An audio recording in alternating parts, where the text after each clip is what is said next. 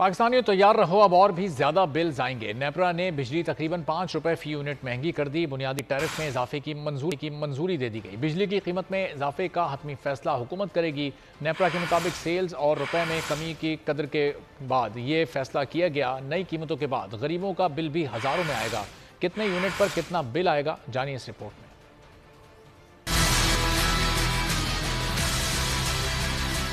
غریب اور middle class بھی بھریں گے بل تگڑا۔ بجلی کی قیمتوں میں اضافے کے بعد 100 یونٹ استعمال کرنے والے صارفین کو بجلی 18 روپے 36 پیسے فی یونٹ ملے گی۔ 100 یونٹ کا 1836 روپے اور ٹیکسز کے بعد بل 2000 سے بھی زیادہ کا ہوگا۔